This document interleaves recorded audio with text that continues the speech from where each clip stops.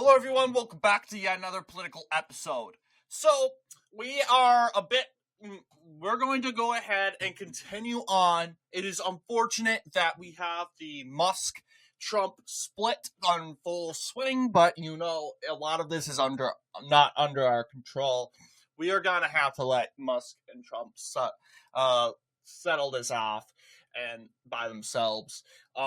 Meanwhile, we got to continue to strategize future wins for the Republican Party because, of course, we got to continue to prepare for the 2028 elections. 2028, we haven't even talked about the midterms yet. We are talking about the midterms. We talked a lot. We talked about the House races and potential flips. But we also need to discuss what Democrats have, because Democrats, they don't have a person right now. They are currently in conflicts over Pete Buttigieg or Kamala Harris. The latest Atlas Intel poll shows Kamala Harris's support has plunged 30 points underwater. A lot of people say that's weird. I think it's weird also. Which I think why I don't think we should run with these Atlas Intel polls, although they are fairly accurate. But a pollster is a pollster, and polls make mistakes. So, just like Red Eagle, we're going to go ahead and make a tier list, and we're going to go ahead and basically talk about each candidate, their history. Now, this probably will be a longer video. Because I want to really look and study at these candidates. We're not going to study everything, but enough to understand the electoral record, where they're on in many issues, and I even got an electoral college on what a map could look like if they happen to be the nominee for Democrats. So, without a further moment ado, let's get this long video started. Starting off with Pete Buttigieg. Now, Pete Buttigieg is probably one of the front runners in this said race. But I'm very skeptical with Pete. I think it's funny how he ran in 2020. He got a lot of name recognition. He was well-liked because of that. But then again, he was a mayor of an Indiana city. And sure, he was sort of like the Vivek Ramaswamy of the whole deal. And he served as the Secretary of Transportation. However, he proved to not be really liked. We've seen the East Palestine scandal. We've seen him try to blame it on Trump. And obviously, he's not that strong in elected office. We've seen him run in a general election. He ran in little young Pete Buttigieg ran against Richard Mourdock in the Indiana state treasurer election. He obviously failed. You'll see he got 37%. Richard Mourdock overperforming in an election where, Indiana was somewhat considered a swing state, a battleground state, a state that will often sometimes vote Democratic in down ballot elections, and Pete Buttigieg just fumbled the ball. He did not do well. I don't know what the polls were saying, but Richard Mourdock, I guess he was popular beforehand. Although he was kind of considered of a weaker candidate. You'll see his previous 2006 result shows a little decisive blows here. But yeah, because of Pete Buttigieg, Mourdock ended up flipping a lot, gaining tons in the countryside. This county down here, I don't know what it's called, but it's a Trump county now, but it voted for Buttigieg. And St. Joseph County is pretty liberal. So I would say, yeah, Pete Buttigieg, he's weird. He is not going to appeal to the average male. Then again, we already know what he's like with the average male. He's not popular in that Rust Belt area for sure. They think he's going to run in that Rust Belt area. It's not going to do much. You might see a mediocre result. But then again, he's represents the more moderate, more sane sort of the coalition. You could say he could pick up Michigan. Obviously, he'll probably win these states that Kamala ended up winning, including New Jersey and Virginia. Best case scenario is he could flip Michigan and Pennsylvania. But I'm seeing how registration's going in Nevada and Arizona. It's pretty, and even North Carolina. You could say it's going to be a close race, but it's going to be looking at Wisconsin and Pennsylvania. They're potentially going to be the two most battleground states in the said race if Buttigieg were to run in the said election. With really Republicans only facing 2 more electoral votes in order to win, and not to mention Michigan already went blue. So this is pretty much a scenario if Buttigieg were to get in. But I would say he would be more moderate, despite being. I would actually say. I would say moderate. He has his tones. He might. He's from a swing state, so I don't want to downplay that, and I have to be kind of serious. I don't think he's going to associate more with the masculine men, though. Those auto workers. Republicans have gained a lot of auto workers due to those tariffs. But when it comes to the Pete Buttigieg, not masculine at all. He's weird. He's not politically experienced. So that's kind of where the moderate kind of comes from. Next up comes from a candidate who has never sought elected office before. However, he remains a potential candidate, and that is Rahm Emanuel, and he is a former ambassador. That is not, and being an ambassador is not an elective office. So it's kind of interesting how he will perform. But yes, he's the ambassador to Japan. He's the 23rd White House chief of staff during the Obama administration. Oh yes, he was elected office. He's part of the Illinois 5th Congressional District. So it's kind of interesting how he may perform. It really does depend on his political positions. Now, whoops, I hit the mic. But depending on where he's coming from on major issues, like if he's going to run on a far left radical platform, he's not going to appeal to the blue wall at all. And that's why I think the blue wall is going to be much harder for Democrats to win. They've lost a lot of those industrial workers and those auto workers. And it does not help them when they're trying to speak out against things that would help the auto workers, like the mechanisms in the big, beautiful bill, even though it is pretty controversial and it's a little too big. But sticking on topic, yeah, it doesn't help them. Like, they're not applauding some mechanisms in that bill, and they're actively not condemning the tariffs. They're just programmed to oppose Trump, and I don't think that's not going to do anything. So you would expect something similar to a Pete Buttigieg result for Rahm Emanuel, and it does not help that, yeah, he ran in a district. Yes, he ran in Illinois 5, but that's not good enough. We don't know how he performs in and around, so I would say he's somewhat moderate. Still a lot of questions for him to know, though. All right, this candidate is the former governor of Rhode Island, former Secretary of Commerce, Gina Raimondo, and she is a weak candidate. She's weak. I'm being completely honest with you. Her electoral history says it all. Looking at the treasurer election, yes, I want to believe she did win all counties in Rhode Island, like that's expected, but in a very close result. She almost lost to Alan Fung, out of all people. Alan Fung almost kicked out, and yeah, she won the election by an inch. But Robert J. Healy was taking a lot of votes away. And he's more center though. But yes, you'll see, and even expecting a better result. Yeah, this is not a good result for Gina Raimondo. 52% in the state of Rhode Island. You lost Kent County. That's a county that voted against Trump twice. It's a Democrat county. Why are you not losing that? So obviously, I think Raimondo is bad, okay? She's going to be a bad candidate for Democrats to pick. Doesn't matter if she has the affinity stone of wokeness, the feminist stone.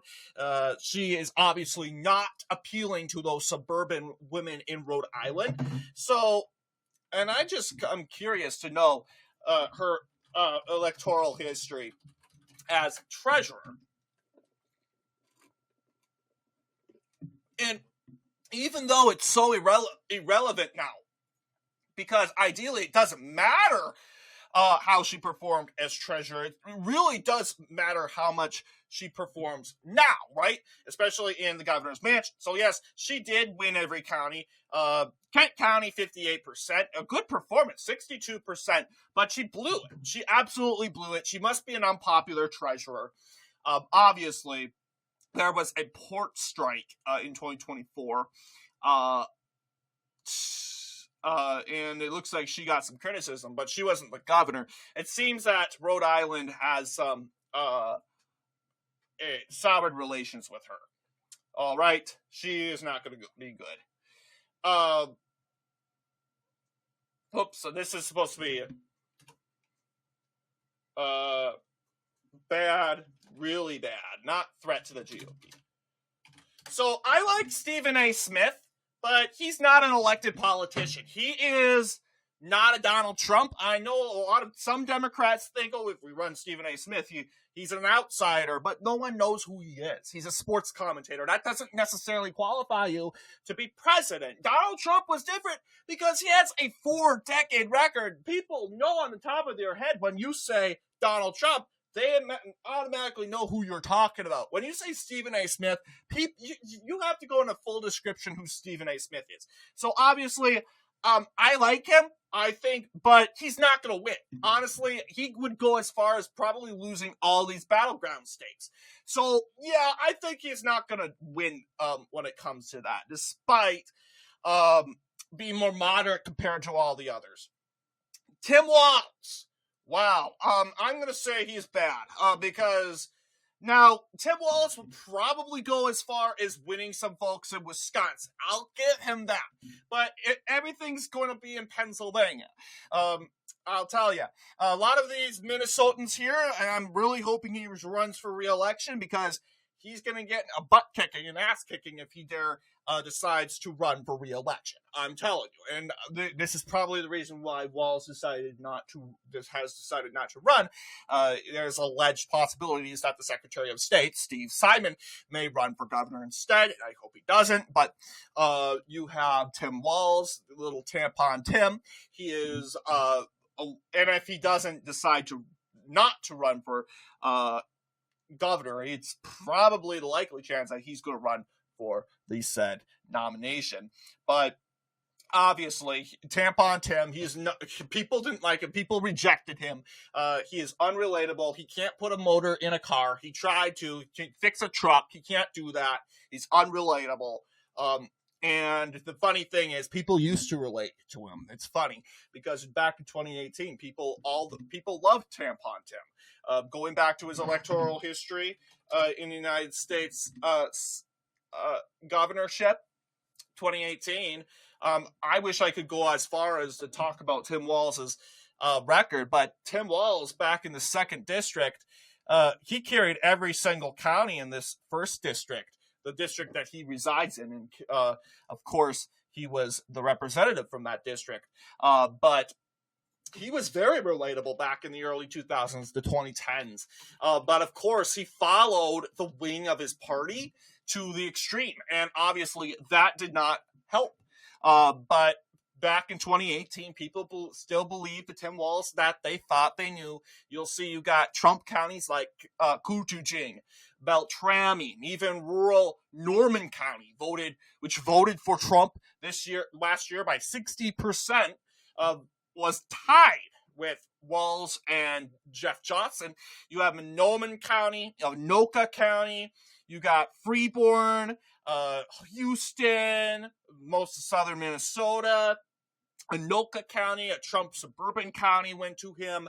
So yeah, he was very well liked overall. But of course, in 2022, margins, although he lost all the rural areas because, he was not what people thought. But people in this the urban areas, Minneapolis, St. Paul, they loved him. You'll see they jumped. Hennepin Ramsey, they swung 10 points to the left.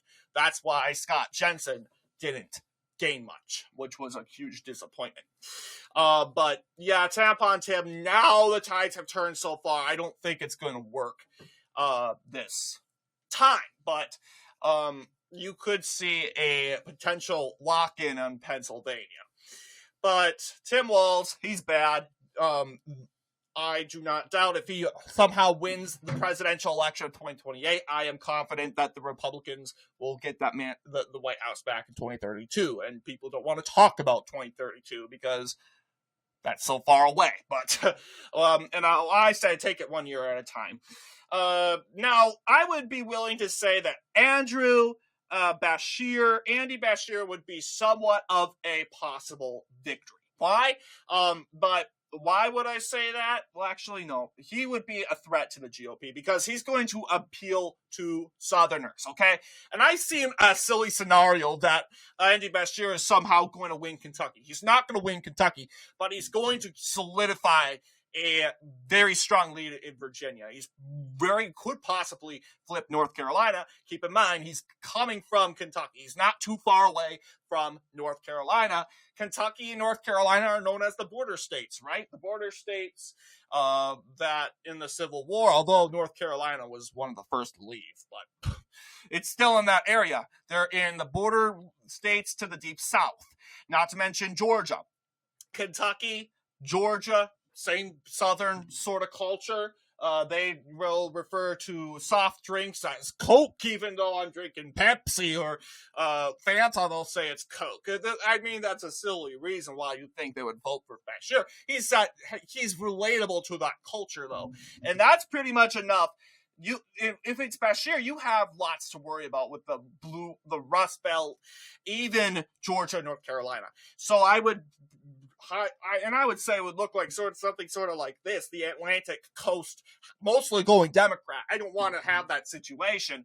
So Andy Beshear, it's best that we shouldn't be concerned about him. Cory Booker, on the other hand, I would say he's a moderate. I will tell you this. Cory Booker is a discount Obama. We already have a discount Obama in the said House Representatives, but discount Obama in the Senate is Cory Booker. He is already, he's very weird. However, people fall for his grift. He is a snake and people will fall for him. And will he possibly win elections? I don't know. We haven't seen him in action. His recent performances, actually, hang on. We got to look at Andy Beshear and his performance. Yeah, going back to Andy, because a lot of people will say, oh, Andy Beshear is beatable because Andy Beshear is from the red state of Kentucky. Well, yeah, and you got to be concerned about other areas, too. You'll see in his 2015 Treasurer's run, he's always had a likings. He was always been liked, apparently. Even in Attorney General, carrying counties that he actually didn't carry in the gubernatorial races.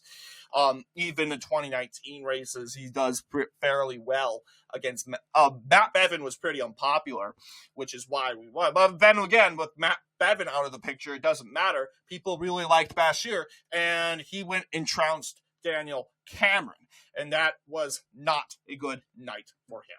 But honestly, that's why, yeah. Beshear has never been defeated. He's running in a solid red state, and he can pose a liability for Republicans. But back to Cory Booker. And the reason why I'm saying Cory Booker's going to be in the moderate, it's mainly because I think Republicans cannot downplay Cory Booker because he's always had an outstanding record. You could go ahead and make the argument and say that, Cory Booker is getting coattails from Joe Biden in 2020. That's why he did outstandingly very well.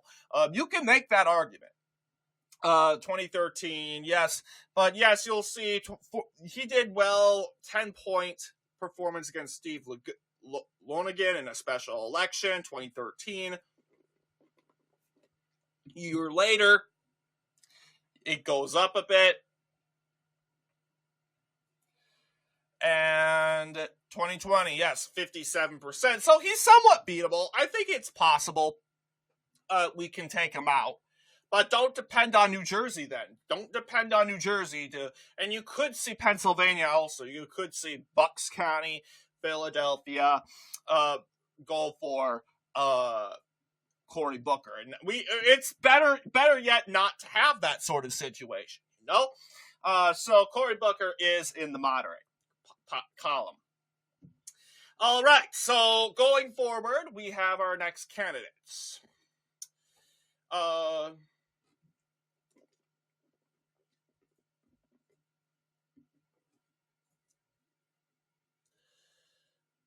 We got... Yes, Jasmine Cratchit. She is going to be very bad. She is not going to win anything because we saw what she had to offer. She's not going... Swearing, cussing, and doing silly TikTok jabs in the House floor is not going to get voters to you. She's turned off so many people. She's a hypocrite. She will go and whine and cry victim people, and she'll go and defend people with disabilities, and there she'll go out of the sun. She would go and insult a disabled governor because she's a Republican. This is the example, right example of rules for me, not rules for thee, not for me, and that's Jasmine Cratchit. So she's going to be really bad. Right next to Stephen A. Smith. Like the guy, but he's not a politician. He's a sports commentator. He's the most unknown out of all of them. He's not going to do well. Andrew Cuomo. Okay, Cuomo is somewhat of a possible win. I don't think he's going to make it out of the primary, though. But if you put him in a general election, though, he's more of a moderate. I think it's possible that he could take out a victory. He's gotten more weaker, and we can actually go over that electoral history with you all for Mr. Cuomo. You'll see people really liked Andrew Cuomo. People liked Cuomo in the beginning, like in 2006. Yes, he was the Attorney General, 58%, appealing to a lot of Trump counties there. Oh, yes, you'll see that Jean Pirro, Fox News lady, she actually ran in this election. Didn't do so well, but now she's in office now, but as district attorney, something like that. 2008, he was the runner for McCall, so I'm not going to count that, actually. This is gubernatorial races. 2010. Yes, this is where the gubernatorial... Yes, he does very well in the Trump countryside. This is 2010, though, and this is the landslide 2010, and you would think, oh, this is going to be very bad for Republicans in the future, and he was somewhat of a legend. But then tides quickly turn in 2014. A lot of people say, oh, it's because of low turnout. 2014 was a low turnout year, but yeah, a huge swing for the Republicans. Rob Astorino, he won. He lost this county, Monroe County, which holds Buffalo, something like that. Ulster County, College County, that's not good. He lost, this is Buffalo. This is, actually, no. Buffalo, Rochester. This is Rochester, this is Buffalo. I keep getting mixed up. Or it's the other way around. I don't know. But he's lost one of them. And that was not good for him. And he was losing. Yes, in 2018, he won it back. But he lost even more of the rural countryside. So he's losing popularity, although he is relatively well-liked in New York. And then, of course, he was kicked out because of that scandal. But otherwise, I do think that maybe he would appeal to somewhat of those independents and some naive voters. I'm going to be quite honest. Some voters that will let the Democrat rattlesnake, bite them, like they did with Joe Biden. I think he would fall into that somewhat of that category. So he's going to be a possible victory. Ruben Gallego, he could pose a possible threat. I'm not sure, but then again, he's kind of unhinged. Then again, and I don't think voters are going to go and be so likings to Ruben Gallego. Yes, we saw his performance in 2024, and it wasn't that good like everyone was saying it was going to be, right? I mean, they said, oh, Kari Lake's going to ascend Ruben Gallego to victory, but no. Ruben Gallego, you could say Kari Lake is just too far right. That's what the liberals say, but there's no denying that Ruben Gallego's too far left. This guy went from opposing, this guy's probably going off in his bedroom right now, whining and crying about illegal immigrants and the mass deportations. I mean, seriously, but then again, he's barely got 50%. Then again, he did appeal to people from this area. He could flip Arizona. That's pretty bad. He could appeal to some Nevadan voters, which would give him this area. But I'm not sure that he would do well in Georgia or North Carolina or much in Wisconsin or Pennsylvania. It's probably this area that you're going to have to worry about if Gallego is the nominee. He's going to be the favorite son candidate over there. But I'm going to be fair and I'll say, you know what, Gallego would probably do okay. Kamala Harris, we already saw your performance. It was not good, okay? Not good. We obviously saw that the way she handled money, and I probably I'll just say it's bad. Because you got some lunatics that will still buy the Kamala Harris grift. But yeah, Kamala Harris has always been a poor performer. Like, look at this history. Yeah. It's true. Kamala Harris carried every county in the state of California. That's because she was running against another Democrat, though. So I don't really like to count it. Yeah, in 2010, her performance was horrible. Look at this. Steve Cooley almost taking out Kamala Harris in the blue state of California. So she was not appealing to a lot of those suburban Californians. You know, I know it's true that, California was less woke back then. It's true. Yeah, I'll take that. But then again, when it comes to the people there, the establishment, California, being in the climate of California, you would expect to do pretty better there. And I mean, I'm sorry, California, it was still pretty woke back then. And yeah, it was changing in a matter of 14 years. I made that argument with Red Eagle, but it's true. But obviously, we knew that her performance was much better. Of course, California got more woker, 57%. Of course, she was the incumbent, but let's see how she performed in the open primary, though. She was the Attorney Gen. 2014. Yeah, 53%. So, actually, no, this is the primary. Yes, this is the primary. Never mind.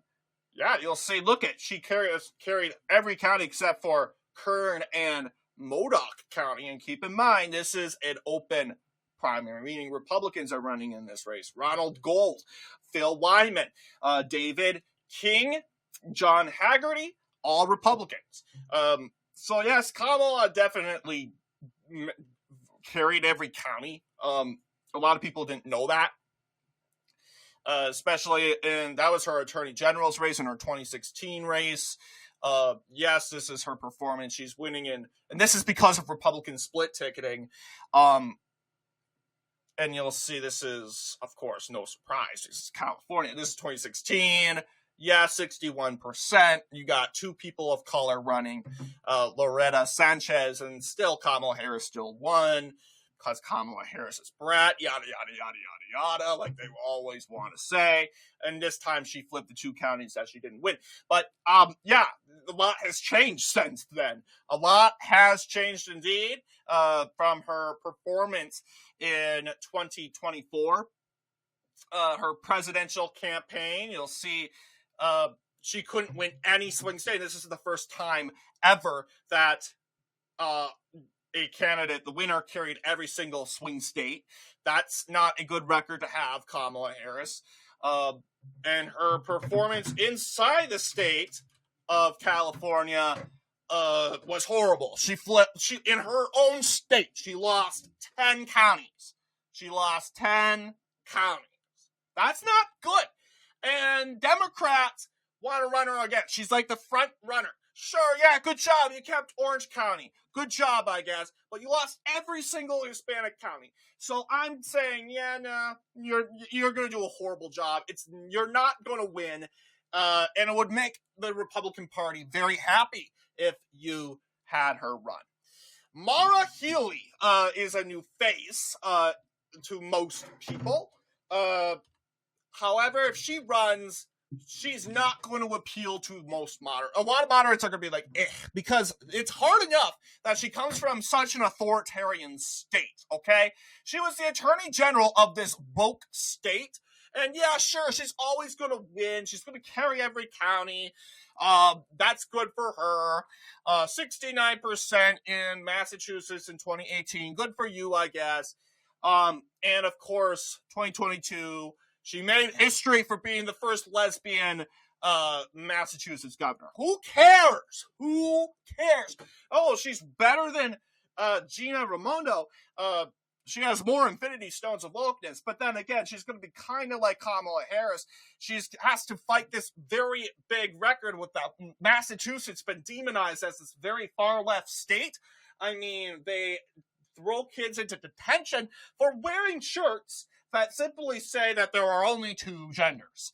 I mean, and this woman goes and makes sure that those lawsuits don't pass. And I'm saying, okay, this isn't going to appeal to most people. So yeah, she's not going to be a good candidate in the long run. Mark Kelly, the astronaut, will appeal to a lot. And that's why I'm saying, okay. And then again, it's kind of funny though.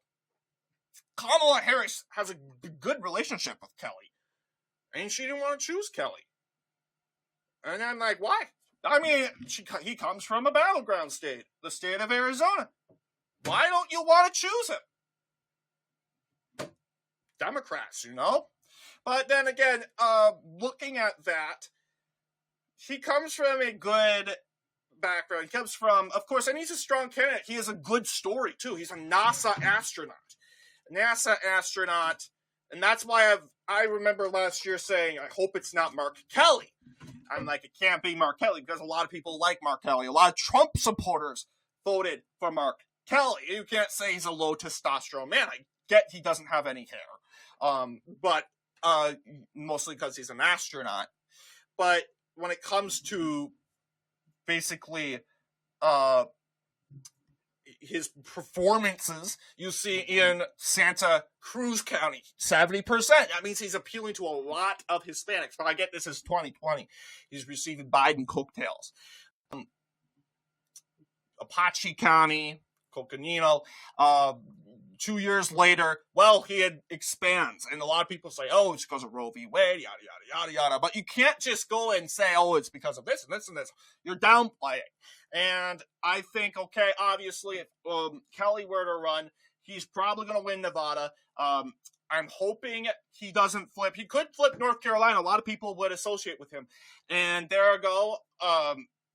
There's enough to be in the gap of 270. You could flip Michigan, Pennsylvania, Georgia. You could win every swing state, even Wisconsin.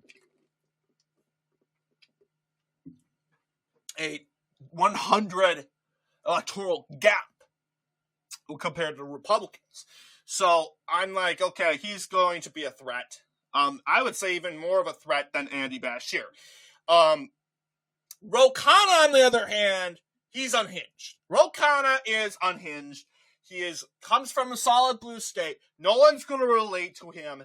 He is going to be a bad candidate. And all these anti-establishment Democrats that run on this terrorist platform on nail-gunning ICE agents to the wall, giving free stuff to purposely destroy your own government. Yeah, they're doing themselves a disservice. They're doing the Democratic Party a disservice.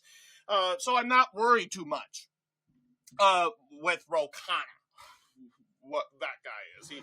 I know he's trying to get his profile out by going on to CNN, debating Scott Jennings.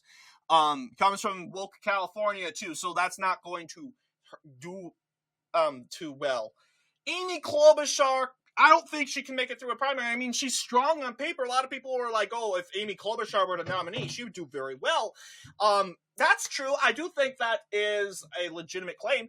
But I don't think she can make it through a primary, like Red Eagle said.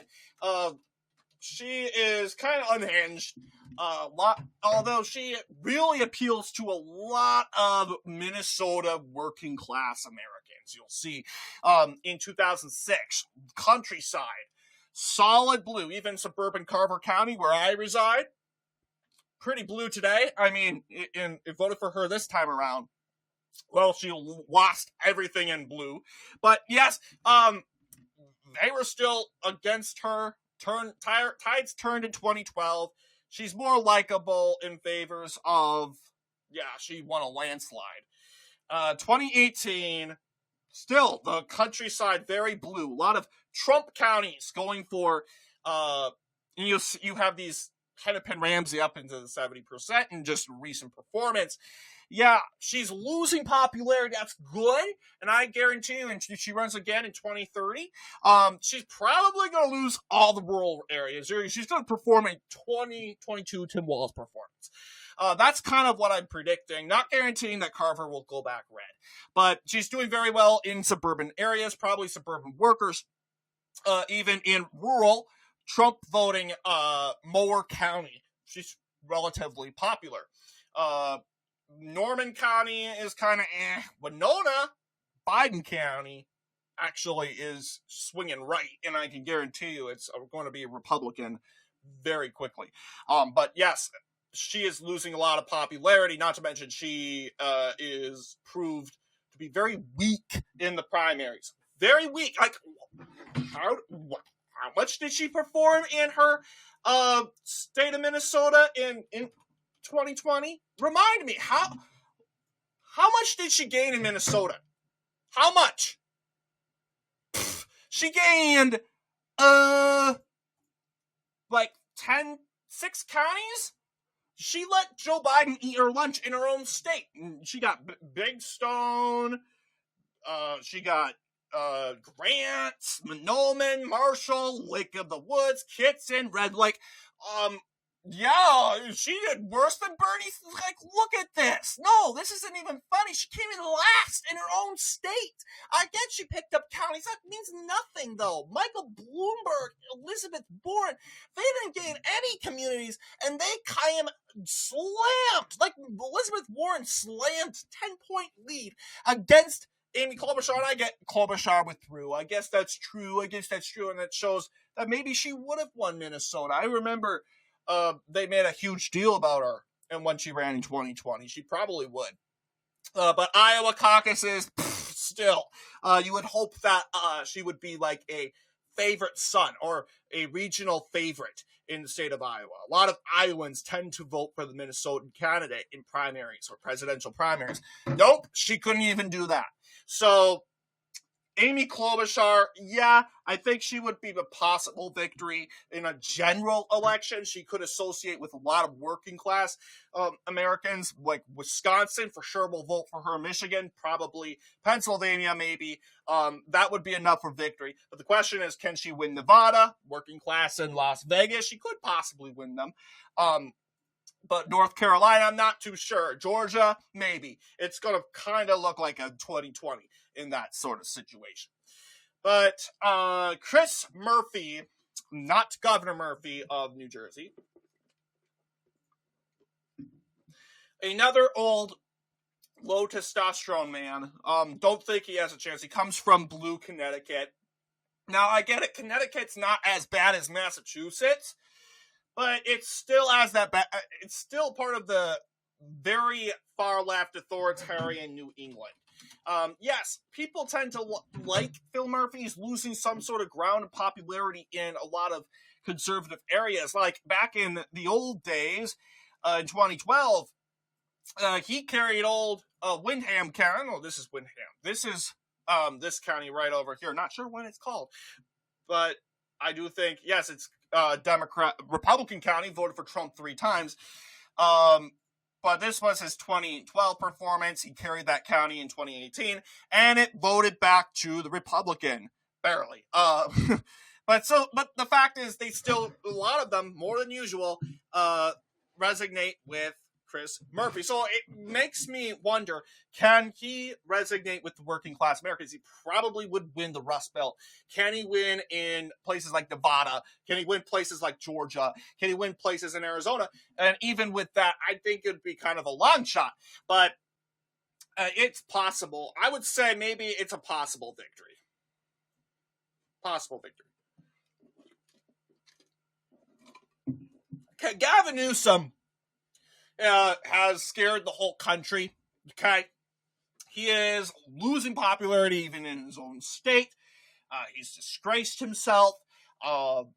He thinks the whole country is dumb, and they think he's going to forget that he was a far-left idiot that decided to throw Walgreens pharmacists in jail if they didn't hold the abortion pill. They totally think that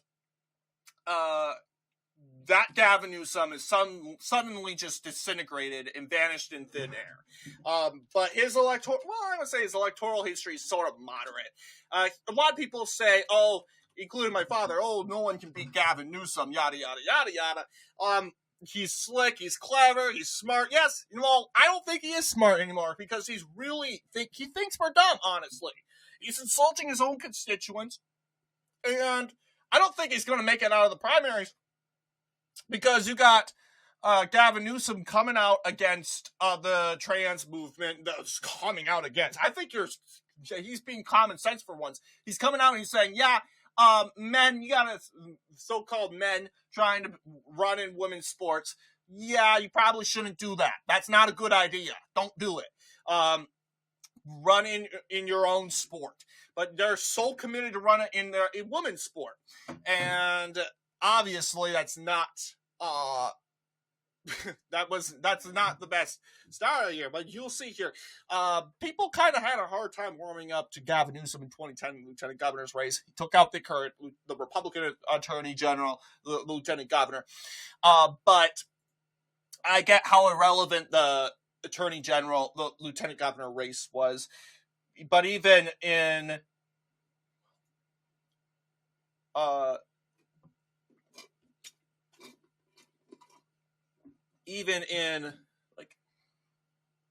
in the primary election too.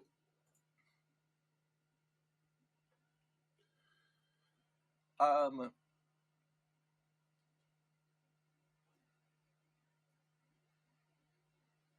2014 lieutenant governor. He ran in 2010. So I don't know if there's actually a open primary, Democratic primary in 2010 lieutenant governor. Oh, there could be. This is the performance for Gavin Newsom 2010. I don't know if there was a open primary. It looks like this was a Republican primary or something like that. But you have his governor performance in 2018. Yeah, he didn't really do well with the Hispanic community, Riverside, this Hispanic community, and they definitely rejected him in 2022. He's destroying his career by coming all far left, and such like that. Of course, he's going to do relatively well in those open primaries because of the Republican split ticketing. That's automatically expected. And honestly, let's see how he did. He didn't do so well. I mean, Imperial County. Yeah, a lot of those Republican counties. The Republicans actually united under one John H. Cox. There was a lot of Democrat split ticketing. So that was good for them for once. The recall. Yeah, he was so bad he almost got recalled. This is just ridiculous how bad he was. But, yeah, he was just that bad. 2022? Yep. He lost Orange County. He's probably never going to win it again, except for that one primary. But, yes. He's done. Republicans, this is the result of Republican split ticketing right here. And it results to this. But, yeah, and now he's suddenly saying, the 8 years, 10 years of me being a lunatic didn't happen. You're just lying to yourself. I'm a moderate. No, you're just lying to us, Gavin. I skipped AOC, and a lot of people are like, why did you skip AOC? I did not know, but moderate. I'm going to just say he's going to be bad. AOC is going to be really bad. Because then again, she's not going to appeal to men. She is unhinged. A lot of people say she's popular, she's well-liked, they think she's beautiful. No. You think AOC's politics of giving away free stuff is appealing? No. That's a great way to turn people off. She talks to you like she's dumb, and if you she's a snob. She is a snob. And if you dare to remind her that she was a bartender, she'll get very angry. Jon Ossoff, on the other hand, could be a threat. He's somewhat very popular in a blue state. And that blue state is very much hanging under an edge. That blue state also will result in North Carolina going more in Ossoff's direction. And that is somewhat concerning. You could also see the Rust Belt. Well, then again, you could say the Jewish communities in Pennsylvania could result. Well, I would say the Jewish communities are very small in that state. But with North Carolina and Georgia, for sure, putting it at odds, it's pretty much very likely that Ossoff will probably win the election due to North Carolina, Georgia, going for Ossoff. But yeah, you'll see. It really, a lot of people say, could he possibly lose re-election?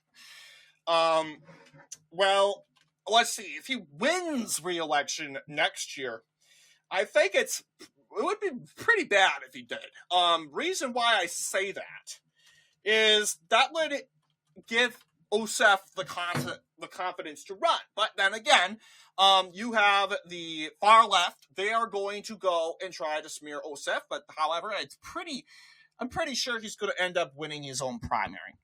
Yeah, and I get it. I get it. He didn't do as well as Raphael Warnock. But then according to the polls, he's even better than Warnock, and I have a hard time believing that.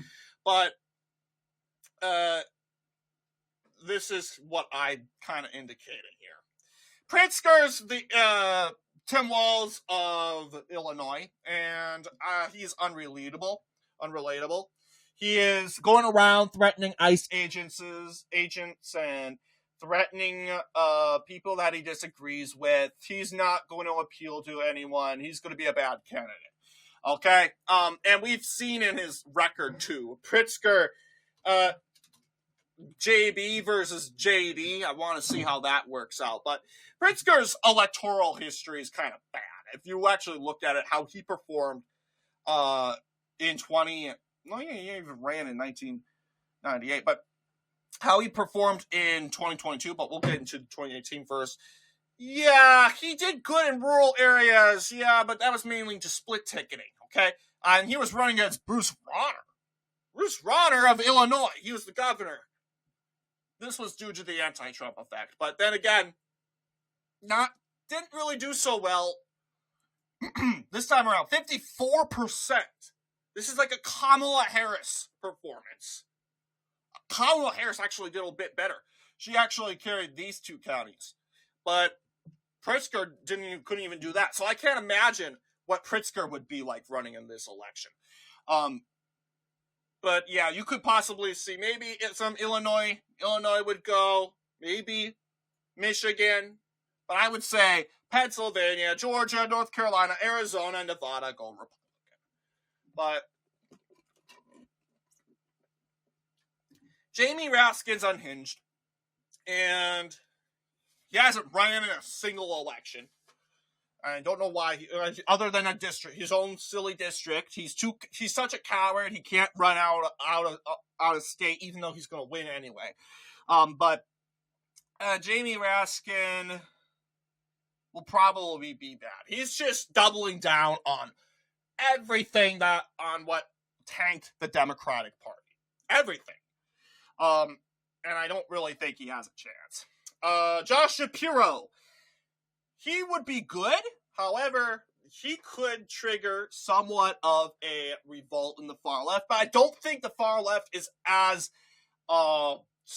I mean, they're going to be emboldened, but I think Shapiro's going to appeal to a lot of Trump voters that will ultimately help him in the filibuster and kind of fade out, avoid that far left. But you could see him carrying Pennsylvania. We've seen, if this weren't going to happen, if Shapiro, you think he would lose re-election because of being a Jewish man and the far left having a huge problem with Jews, you probably wouldn't see Shapiro actually possibly winning a landslide next year. You probably won't be seeing that.